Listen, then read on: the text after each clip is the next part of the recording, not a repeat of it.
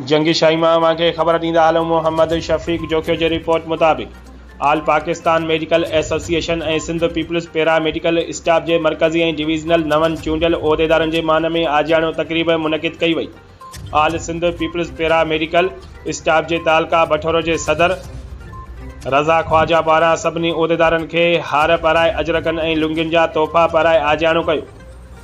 District health officer Sujawal doctor Mohammad Hanif Memon, PMA district Thatta जे सदर doctor Qamardin Baran, PMA district Sujawal जे सदर doctor Wazir Ahmed Memon, all Sindh people's paramedical staff जे नवनि चूंडियल उहिदेदारनि मरकज़ी deputy general secretary Anwar Ali Bhutto, senior नायब सदर हैदराबाद डिवीज़न मोहब्बत अली लिगारी, नायब सदर हैदराबाद डिवीज़न महमूद भंभरो खे अजरकनि जा तोहफ़ा पेश कया विया।